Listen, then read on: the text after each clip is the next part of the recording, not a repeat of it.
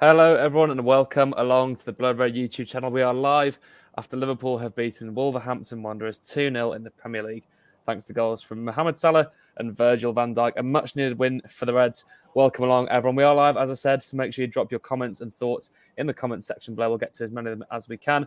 But I'm Patrick Smith, and I'm joined live by Theo Squires from Anfield. Theo, it's been a while since you've done one of these. Nice to talk about a win, I suppose.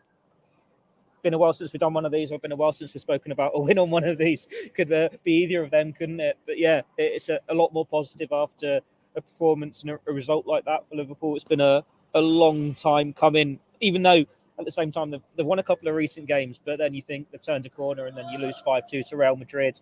You draw 0-0 at Crystal Palace and you think, oh God, long slog, here we go.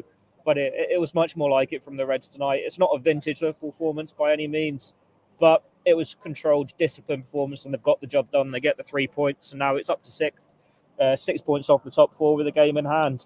As we said after Newcastle, we said after Everton, race for top four goes on. Yeah, it wasn't exactly an exciting swashbuckling match that Liverpool, have produced at times, particularly at home. I mean, I thought it was really impressive, Theo, the determination they showed.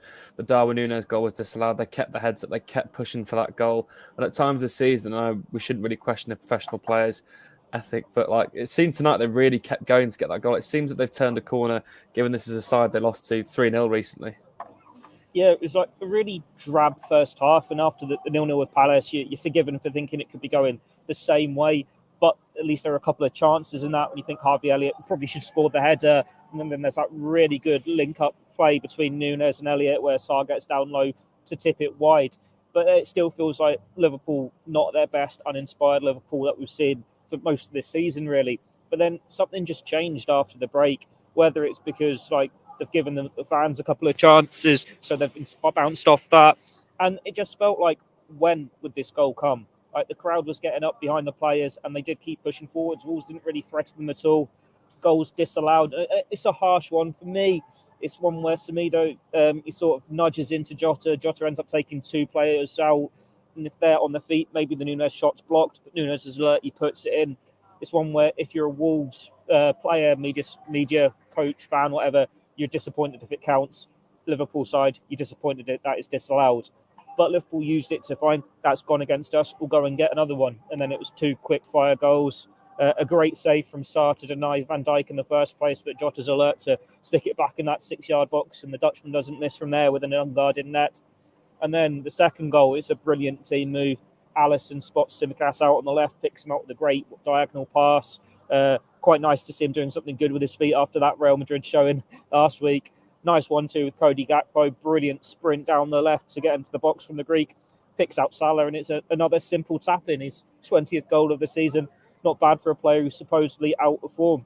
But Liverpool, it's 2-0, doesn't flatter them at all. They were in control. It wasn't the most pretty football we'll see from them in recent years, but it's deserved for their efforts, and it's just what they need to keep doing. They don't need to be at a spectacular best as long as they're getting the results. And Manchester United next to Anfield on Sunday, doesn't matter how they play there as long as they get the victory. And again, top four race is still on.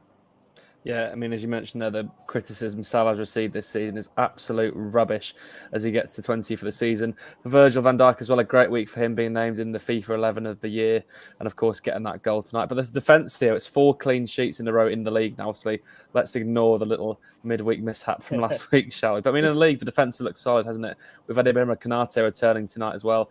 Let's hope that Van Dijk and Konate can stay fit. That's going to be so crucial if Liverpool are going to make the top 4 this season, isn't it? Yeah, it's a strange one when you look at the defence, because that's 4 clean sheets in a row in the league, but they were lucky to get a clean sheet against Crystal Palace. It was really shaky on the right-hand side, in particular from Trent and Joel Matip, and we saw how Joe Gomez struggled against Real Madrid, where his confidence just deserted him and he ends up going off with an injury. But tonight, it was a lot more like it from the back 4. They had Wolves under control for the majority. It was a better improved performance from Trent, getting forward well, linking up well with Elliott and Salah, but then holding his ground defensively as well. Tsimikas, as already mentioned, it was a great assist from him, but he did a really good job on the left-hand side as well. And this centre-back player, and this is the one we want to see, isn't it? Konate and Van Dijk, it's got a little bit of everything. It feels a bit more stable. It's got the pace, it's got the power, it's got the passing ability. It's actually the first time Van Dijk's played against Wolves this season. It's the first time this pairing's played together, I think, against Wolves, because it's been 4 different pairings against them. I suppose we shouldn't really be surprised then that Liverpool's first choice pairing comes in, and it's the most solid defensive display we've seen from them against the West Midlands outfit.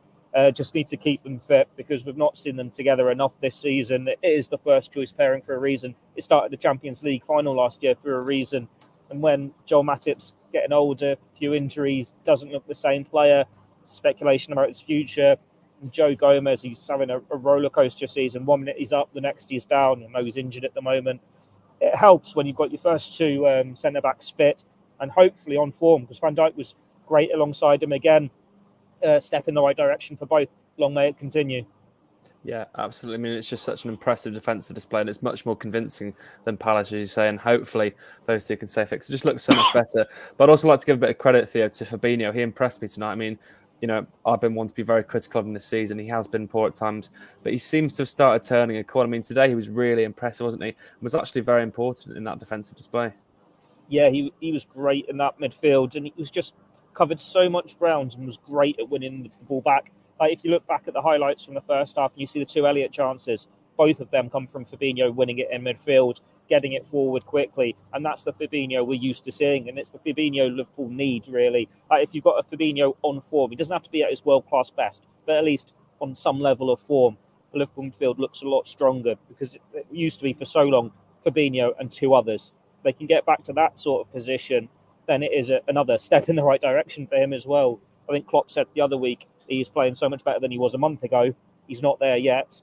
Hopefully this is another step to where that there is. It's kind of telling, I suppose, that it's on a night where he's up against someone who could potentially be his replacement, if we believe speculation from earlier in the season, and Matheus Nunes. He's playing on the left tonight. He's impressive at times, a bit lightweight at others. I think he lasted about an hour, 65 minutes or so. Didn't see him in that engine room properly alongside Fabinho. But when you've got 2 youngsters alongside him in Bajcetic and Elliott, you needed him to step up, and he did tonight. So fair play to him. There's been a lot of criticism at his door, quite rightly at times this season. But you could imagine if Liverpool are to get in the top 4 this season, him being more like his old self will play a big part. Yeah, absolutely. I really hope he can maintain this form he's shown in the past week or so. I mean, it's going to be really, really important for Liverpool. Also impressive again from Bajcetic, and it's nice to see Elliott back out there playing as well. He hasn't had much game time in the past month or so. So decent display, as you said. Matheus Nunes linked with Liverpool. Ruben Neves, a very, very tidy centre midfield. I mean, it's not an easy midfield to play against, and those boys did well in there. But I'm going to move on, Theo, to the attack. Now, we've seen another variation tonight with Nunes, Jota and Salah. How did you think they all went, particularly Diogo Jota? He's back from injury. Do you think he's the man who should be starting at the weekend against Manchester United, or is that a big headache for Jurgen Klopp? I wouldn't be starting him personally. He's a good player, and he was involved today. It's his run into the box, such a brilliant run into the box that leads to the disallowed goal. It's his assist for the first goal, but he still feels more like an impact sub for me. He's not much of a presence. He's not doing as much as some of the other attacking options, but he's a goal scorer. And granted, it's a funny thing to say that when he's on an 11-month drought at the moment, but we all know the injuries that have broken up that run. But because he's had so many injuries, he's not back to his best by a long shot yet. He's still finding his way. He's drifting in and out of games, and he's a player who drifted in and out of games at the best of times anyway, but at least he could cover up that with a few goals. So Nunes definitely starts if he's fit. Salah definitely starts if he's fit. It's just one other. And you'd lean towards Cody Gakpo. He's got a couple of goals in the past month, and he's shown a bit of form as well. He's adapting to that false 9 role well, and then it's nothing wrong with having Jota coming off the bench. And you've still got Firmino there, of course. Firmino loves a goal against United, doesn't he? Does he? When was the last time he got one? I'm going blank here. It seems to be to me. Anyway, carry on, Theo. But yeah, they've got the attacking options there, and that's what they want to see. They need that depth, and it's one where whichever one of them starts, you're not going to be too disappointed from a Liverpool point of view, as long as Nunes is in that starting 11, because he's the player that excites the fans. He's the one who gets the cop and everyone else chanting his name and off their seats. Players just bounce off him. He's so quick, he's so powerful, and he makes things happen. It's a shame he doesn't get his goal tonight because he deserved it. But yeah, he's in the thick of action once again. He is the Liverpool player that makes things happen. It's not as neat and tidy as we've been used to in the past with Salah, Mane and Firmino front 3, but it's still effective at the moment. And you'd imagine if Liverpool are to beat United, if they are to finish in the top four, he is going to be right in the thick of that action, getting the goals, getting the assists, getting his elbows out and causing nuisance. Yeah, absolutely. I think he may well be the inadvertent Sadio Mane replacement because he gets involved. He's physical. He makes you get on your feet. You know, and you did everything apart from get a goal tonight. And the point you make with Jota is a really good one, I think, because so many times over last season, I think he had nearly 30 goals, didn't he, in all competitions? I mean, and he wouldn't play particularly well, but he'd always get that goal. And tonight you saw him moving into the positions. The goals will definitely start coming. I mean, it's been a difficult year with injuries, huge breaks for the summer and the World Cup. So let's hope they all get firing and scoring. With the small matter of Man United at the weekend, I mean, how big is that one? Let's have cast our eyes to that fixture because Liverpool needs to win against Man United, don't they? Yeah, but they need to win every game at the moment. It is huge. It's even huger than normal. And that is going to be the case. Like Liverpool, when they play next, Newcastle have already played against Man City. So if you're going into that, realistically, Liverpool win, they should overtake Newcastle if you're judging games on paper. And I think Liverpool this season, they've seemed to step it up against these top teams. Like, if we ignore the Chelsea game and the Real Madrid games, I'm thinking more Tottenham away, Man City at home. They seem to say slightly better performances for those. And you imagine Anfield's going to be up for it. They're on a 4-game unbeaten run in the Premier League now. They've got enough reasons to be confident that they can get the job done. Granted, United are going to have a bounce off the trophy. They're going for a quadruple. But it'd be a nice double boost, wouldn't it, if Liverpool could move 3 points close to the top 4 and wreck United's hopes of faint hopes, because let's be honest, they're not winning the Premier League title. They're nowhere near. But yeah, their hopes of a quadruple. Let's go and spoil their momentum and keep on the surge for Liverpool.